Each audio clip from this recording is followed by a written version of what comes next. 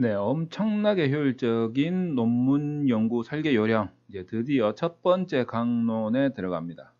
이 강론에서는, 첫 번째 강론에서는요, 무엇을 이야기하려고 하느냐, 인과관계 모형에 대해서 설명을 좀 해드리도록 하겠습니다. 인과관계 모형.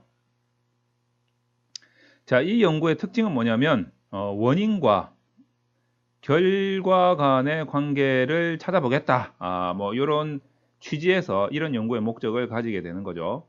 그래서 여러분들이 인과관계 모형에서는 많은 연구자들이 제가 그냥 뭐, 이거 그냥 뭐 개인적인 의견입니다. 개인적인 의견에서 볼 때는 뭐 거의 연구의 절반 이상이 뭐 50% 이상, 뭐 때로는 한 60% 이상 정도가 인과관계 모형이 아닐까 이런 생각을 해봅니다. 따라서 여러분들이 만약에 어떤 연구를 한다 하더라도 여러분들이 이 확률적으로 봤을 때 한 5, 60% 이상은 결국에는 이 인과관계 모형으로 쓰지 않겠나 뭐 이런 생각이 든다고 할 수 있겠죠.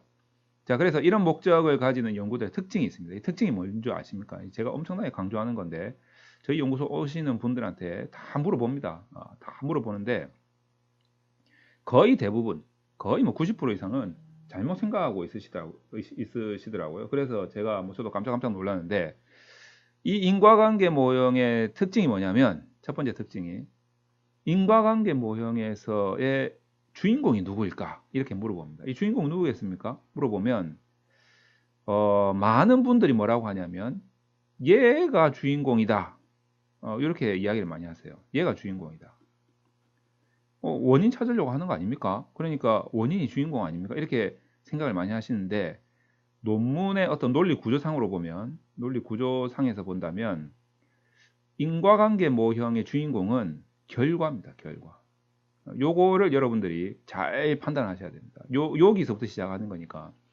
왜 그러냐면 이 연구의 목적이 결국에는 얘를 좀 어떻게 좀 개선시켜 보자. 예? 지금 얘가 문제니까 이 연구가 시작된 거고 어떻게 해서든지 얘를 좀 개선시켜 보고자 학술 연구 찾아보고 선행 연구 찾아보고 다 찾아보니까 이런 원인들이 나오더라 이거죠. 그래서 이 원인을 어디다 써먹을 건데 이 원인을 어떻게 조치를 해가지고 뭐 결국에는 뭐 하자는 건데 이 결과를 개선시키겠다는 거죠. 그러니까 결국에는 결과가 주인공이 되는 거죠. 이런 논리 구조를 가지고 있습니다. 그래서 여러분들이 인과관계 모형에서의 논리 구조상 주인공은 항상 결과다. 다시 말해서 항상 종속 변수다. 이렇게 생각을 하셔야 되고 논리 구조상 이 서술은 뭐 서론이든 이론적 배경이든 연구 설계든 뭐 분석 과정이든 뭐 결론이든 전부 동일하게 이 서술에서의 제일 첫 번째 나오는 것은 종속 변수부터 나와야 됩니다. 서론에서도 종속 변수부터 이야기를 뭐 무슨 이야기인데 얘가 문제가 있어요. 지금 현재. 그래서 얘를 개선시키기 위해서 다양한 연구들이 진행되고 있는데 그 원인들을 찾아보니 이렇더라 막 나오는 거죠. 그러니까 종속 변수부터 제일 먼저 서술이 돼야 되고 이론적 배경에서도 종속 변수에 대한 이론, 선행 연구 이런 것부터 나와야 된다는 거죠. 그리고 연구 설계도 마찬가지고 분석도 마찬가지고. 그래서 종속 변수부터 무조건 이야기를 끄집어내야 된다. 이렇게 보시는 것이 인과관계 모형의 논리 구조상 서술하는 데 상당히 도움이 될 거다. 이렇게 생각을 하고 있습니다. 자, 그러면 이 인과관계 모형의 이제 우리가 종류를 한번 살펴봐야 됩니다. 우리가 이제 연구 설계를 해야 되니까 연구 설계상 인과관계 모형 이걸 이제 어떻게 설계를 할 것인가 우리가 한번 생각을 좀 해봐야 됩니다. 대부분 이제 인과관계 모형이라고 하면 원인이 독립 변수가 될 것이고 결과가 종속 변수가 되겠죠. 근데 항상 논리 전개가 어떻게 되냐면 이 종속 변수가 문제다. 그래서 얘를 개선시키기 위해서 수많은 선행 연구를 해보니까 독립 변수가 원인이 뭐 얘만 있더라. 이렇게는 안 하잖아요. 아니 얘 개선시키는데 뭐 원인이 하나밖에 없네. 이러면 뭐 논문 쓸 필요가 뭐 있어요. 그냥 그것만 그냥 뭐 직살이 조지면 그냥 끝나는 거 아닙니까? 무조건 종속 변수 개선되는 거 아닙니까? 근데 문제는 뭐냐면 종속 변수한테 영향을 미치는 게 더럽게 많더라는 거죠. 얘도 미치고 엄청나게 많다는 거죠. 그 중에서 나는 얘를 보겠다는 겁니다. 첫 번째로 얘를 보겠다라는 것은 왜 얘를 보느냐면 자기 자신의 학문의 정체성과 상당히 관련이 깊다. 그 중에서도 자기가 이 학문 중에서도 자기가 연구하는 분야와 관련이 깊다. 이렇게 볼 수가 있는 것이죠. 종속변수 역시 마찬가지입니다. 자, 그런데 학문의 정체성이나 자기 분야하고 관련이 깊다 하더라도 독립변수가 하나까지 뿐이겠냐 이거죠. 그러니까 항상 서술을 어떻게 나가야 되냐면 얘네들이 좀 관련이 깊은데 그 중에서도 일단 얘 보겠다. 자, 이거는 어떤 카테고리이기 때문이다. 그리고 또 다른 카테고리에서 이런 것도 중요하더라 해서 보통 이제 몇 개 더 끄집어내는 거죠. 더 끄집어내 가지고 어떤 뭐 예를 들어서 환경적인 분야에서는 얘가 영향을 미치고 또 뭡니까 내면적인 분야에서 내재적인 분야에서는 얘가 영향을 미치고 뭐 외재적인 분야에서는 얘가 영향을 미치고 이런 식으로 이제 분류를 좀 하는 거죠. 각 대표 주자를 독립 변수로 하나씩 던지는 겁니다. 이렇게 보통 이제 그렇게 많이 하죠. 자, 그렇게 봤을 때 그냥 이렇게만 얘네들이 각 대표 주자입니다. 그러니까 얘네들과 종속 변수의 관계를 보겠습니다. 이건 뭐 하자는 겁니까 지금? 대표 주자 A, 대표 주자 B, 대표 주자 C 그리고 종속 변수 얘네들 간의 관계를 보겠습니다. 이게 뭡니까 지금? 뭐 다중회귀 분석하자는 거 아니겠습니까? 다중회귀 분석, 다중회귀 모형. 그러니까 지금 연구 설계를 할 때 이런 것들을 잘 생각을 해봐야 됩니다. 첫 번째로 생각해 볼 게 뭐냐면 그냥 단순하게 제가 이렇게 할게요. 얘네들이 X류 그리고 얘가 Y. 자, X류라는 거는 X1도 있고 X2도 있고 X3도 있고 등등등등. 자, X류와 Y의 관계에서 그냥 굉장히 단순하잖아요. 그냥 쉽게 말하면 독립변수와 종속변수의 관계만 보겠다. 요렇게 하는 경우도 있긴 있겠죠. 과거에는 되게 많았습니다만 현재에서는 이런 것들을 뭐라고 이야기하냐면 단편적인 관계다.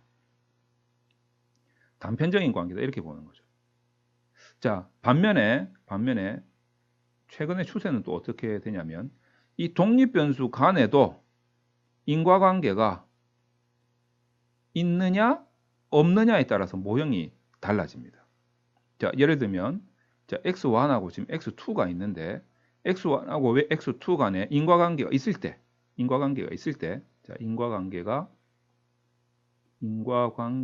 있을 때입니다. 있을 때는 자, X1이 자, Y에 다 영향을 잘 미치고 있었어요. 근데 X2가 또 영향을 미치고 있는 거라. 근데 얘네들끼리도 인과관계가 있네. 이렇게 되면 매개 모형이 되는 거죠. 매개 모형. 자, 그다음 인과관계가 없을 때, 인과관계가 낮거나 없을 때, X1이 영향을 잘 미치고 있었어요. Y에. 근데 X2가 얘도 영향을 미치는 거라. 근데 얘네들 둘이 간에는 인과관계가 별로 없어. 그러면 얘네들 둘이는 각각 상호 독립적으로 작용을 하고 있는 거잖아요. X1은 X1대로, X2는 X2대로. 그러면 요거를 우리가 X1과 Y의 베이직 모델에서 얘가 개입을 해서 조절을 한다. 조절 효과라고 이야기하는 거죠. 자, 그런데 이런 경우에 이렇게 세별량 간의 관계에 대해서는 첫 번째 매개 모형 얘 같은 경우에는 회귀 모형에서도 가능할 것이고 구조방정식 모형에서도 가능할 것입니다. 자, 조절효과 모형은 얘는 회귀 모형에서도 가능하고 구조방정식 모형에서도 가능한데 구조방정식 모형에서 사용하려면 아마도 요 딱 세별량 간의 관계를 보려면 구조방정식은 아마도 핑의 2단계 방식이 더 어울릴 거다. 이렇게 보는 거죠. 자, 그리고 이게 사실 이 안에 뭐 무궁무진하게 많습니다. 또 그리고 또 하나 봅시다. 이제는 별량이 4개예요. 이 X류가 X1, X2, X3가 있어요. 그리고 이제 Y가 있는데 자, 봅시다. X1과 Y의 이 단편적인 관계에서 이 베이직 모델에서 X2가 영향을 미친다 이거죠. 근데 X1하고 X2는 인과관계가 있어요. 근데 X3도 Y에 영향을 미친다 이거지. 근데 얘 간에는 인과관계가 없어. 그렇게 본다면 이 모형은 자, 위에 3개는 일단 매개 효과겠죠. 그러니까 x1, x2, y 간에 이런 매개 모델이 그어질 수 있겠죠. 근데 x3는 y에 영향을 미치지만 x1하고는 큰 관계가 없어요. 그러면 x3는 여기에 매개 효과가 들어갈 수 있겠죠.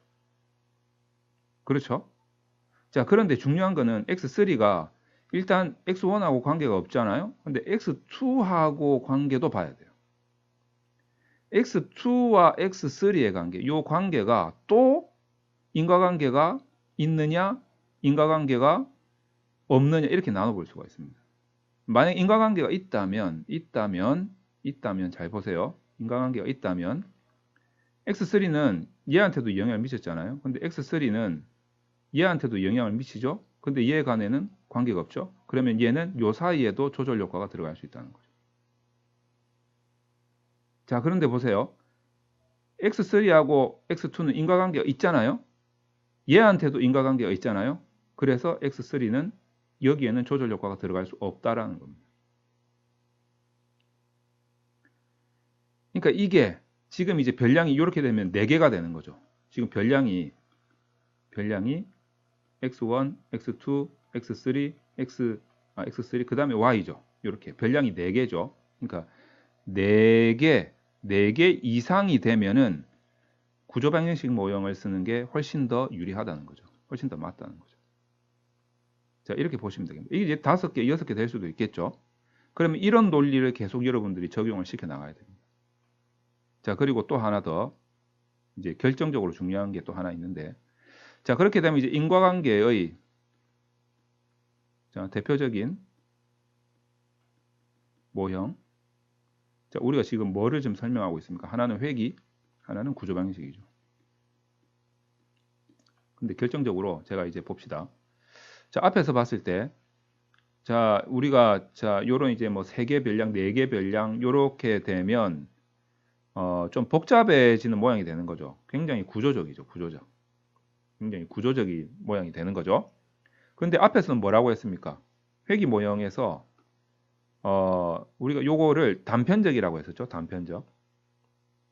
이게 단편적이냐, 구조적이냐? 단편적이냐, 구조적이냐?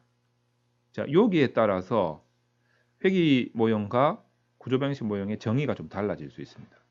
자, 제가 정의를 한번 해볼게요. 이 정의는 그냥 제가 하는 겁니다. 회귀 모형은 단편적 관계다. 구조방정식 모형은 구조적 관계다. 자, 그런데 이제 보세요. 회귀 모형은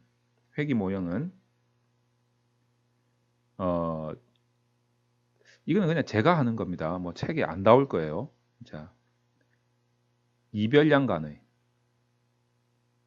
단편적 관계. 구조방정식 모형은 다별량 간의 구조적 관계다. 자, 그런데 요 2 할 때 2는 뭐냐면 그 숫자 2를 말하는 거죠. 숫자 2. 그러니까 두 별량 간의 단편적 관계라는 거죠. 그러니까 왜 두 별량 간의 단편적 관계냐면 자, 요렇게 두 별량 간의 단편적 관계라는 거죠. 여기서 말하는 다별량이라는 거는 적어도 3개 또는 4개 이상의 별량이라는 거죠. 자, 그런데 이때 이 별량은 조금 다르다는 거죠. 이때 이 별량은 요인을 말하는 것이고 이때 이 별량은 도구, 개념을 말하는 것입니다. 요인 또는 의미. 이거 저희 연구소 오셔가지고 특강 들으시는 분들은 이 단어를 딱 구분을 할 수 있는데, 자, 이게 중요하다는 거죠. 내가 요인 간의 관계를 보고 싶다? 그러면 회귀 모형으로 가는 게 맞고, 도구나 개념 간의 관계를 보고 싶다? 그럼 구조방정식 모형으로 가시는 게 맞습니다. 근데 조건이 뭐냐면 이 도구나 개념이 3개나 4개 이상 돼야 된다는 거죠. 자, 근데 이제 도구가 2개밖에 없다? 그럼 일단 다별량이라고 보기엔 좀 힘드니까 차라리 이 도구가 구성하고 있는 요인들 간의 관계를 보는 게 더 낫다라는 거죠. 자, 이렇게 좀 구분을 하시는 게 여러분들이 인과관계 모형을 설계하는데 도움이 되실 겁니다. 자, 그래서 오늘 이제 강론 첫 시간에서는 이 인과관계 모형에 대해서 여러분들한테 좀 자세하게 좀 파고 들어갔는데, 물론 이제 나머지 부분들이 있죠. 나머지 부분들 뭐가 있냐면 이제 여기서 뭐 여러 가지 모형들이 나옵니다. 뭐 베이런 앤 케니 교수의 뭐 매개 효과, 조절 효과부터 시작해가지고 나중에 이제 구조명식 넘어가면 APIM이라는 것도 있고 자기 회귀 교차 지연이라는 것도 있죠. 자기 회귀 교차 지연이라는 것도 있고 그 다음에 잠재 성장 모델링이라는 것도 있고 매개 효과, 조절 효과가 또 구조 방식에서 돌아가는 여러 가지 스타일들이 있어요. 이런 것들이 지금 제가 말씀드린 이 원리를 바탕으로 하고 있기 때문에 기본 원리를 여러분들이 철저하게 이해를 하신다면 충분히 응용이 가능하다. 이렇게 생각을 할 수가 있습니다. 자, 이런 연구 설계를 굉장히 원활하게, 굉장히 자유자재로 머릿속에서 막 금방금방 생각이 나야 됩니다. 그렇게 하려면 여러분들은 철저한 복습밖에 방법이 없다. 이렇게 할 수 있는 거죠. 뭐 그래서 이제 계속 뭐 이런 방법 저런 방법을 써서 특강도 듣고 뭐 강좌도 듣고 교재도 보고 서점에 가서 책도 찾고 온라인에서 뭐 강의도 좀 들어보고 뭐 물어도 보고 막 이런 식으로 해서 계속 지식을 탐구하는 그런 열정이 있어야 됩니다. 자, 어쨌든 이제 오늘 인과관계 모형에 있어서 효율적인 논문 연구 설계에 대한 강론을 인과관계 모형에서는 이 정도로 설명을 드렸습니다.